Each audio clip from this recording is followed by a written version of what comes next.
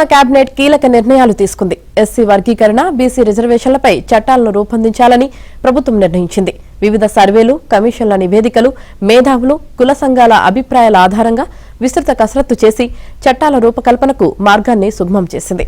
ఈ మేరకు 3 ముసాయిదా బిల్లులకు రాష్ట్ర మంత్రివర్గ సమావేశం ఆమోదం తెలిపింది.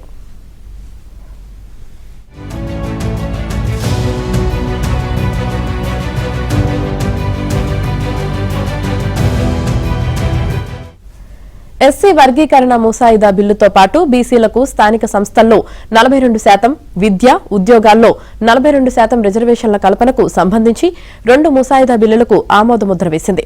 వీటిని రాబోయే అసెంబ్లీ సమావేశాల్లో ప్రవేశపెట్టి ఆమోదించాలని నిర్ణయించింది.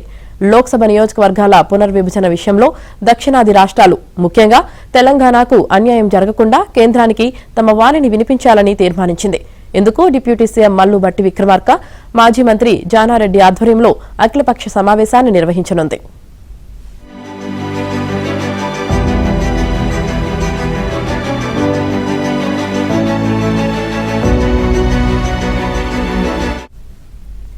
ఇక ఓఆర్ఆర్ నుంచి RRR వరకు ఫ్యూచర్ సిటీగా ప్రకటించడం జరిగిందని, 7 మండలాలు, 56 గ్రామాలను కలిపి ఫ్యూచర్ సిటీ డెవలప్మెంట్ అథారిటీగా ఏర్పాటు చేస్తూ కేబినెట్ నిర్ణయించిందని మంత్రి పొంగులేటి తెలిపారు.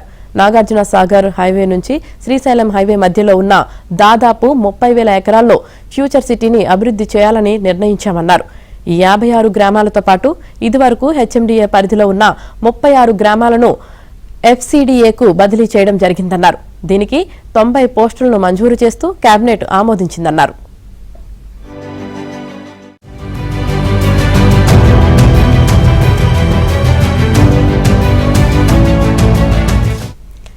హెచ్ఎండిఏ పరిధిని రీజనల్ రింగ్ రోడ్డు దాటి 2 కిలోమీటర్ల బఫర్ జోన్ వరకు విస్తరించడం జరిగిందని పొంగులేటి చెప్పారు.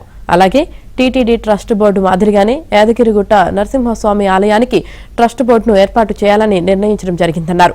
మరోవైపు 1 కోటి మంది మహిళలను కోటీశ్వరులను చేయాలన్న చిత్తశుద్దితో ఇందిరా మహిళా శక్తి మిషన్ కింద ఇందిరా మహిళా శక్తి పాలసీ 2025ను కేబినెట్ ఆమోదించిందని తెలిపారు.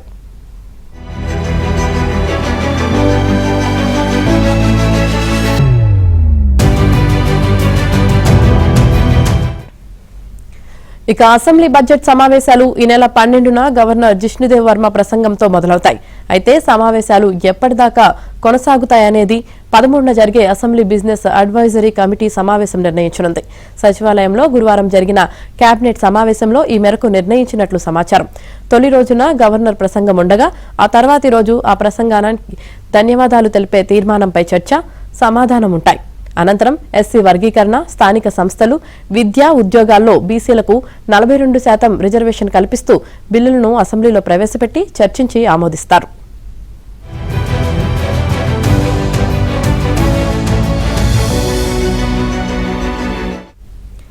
బీసీ రిజర్వేషన్ను పెంచుకునేందుకు వీలుగా రాజ్యాంగాన్ని సవరించాలంటూ కేంద్రాన్ని కోరుతూ అసెంబ్లీలో తీర్మానాన్ని ఆమోదించనున్నారు. అనంతరం సభకు 1-2 రోజులు విరామమిచ్చి సీఎం రేవంత్ రెడ్డి అధ్యక్షతన అఖిలపక్షం ఢిల్లీకి వెళ్లనుంది. ప్రధానిని కలిసి అసెంబ్లీ చేసిన తీర్మానాన్ని ఇవ్వనుంది. సమావేశాలు పునఃప్రారంభమయ్యాక రాష్ట్ర బడ్జెట్ను ప్రవేశపెట్టనున్నారు. ఈ నెలాఖరులోగా ద్రవ్య వినిమయ బిల్లుకు ఆమోదం లభించనుంది. అసెంబ్లీ బడ్జెట్ సమావేశాల్లో కీలకమైన బిల్లులు ప్రవేశపెట్టనున్న నేపథ్యంలో ఈ అంశాలపైన సుదీర్ఘంగా కేబినెట్ చర్చ జరిగింది.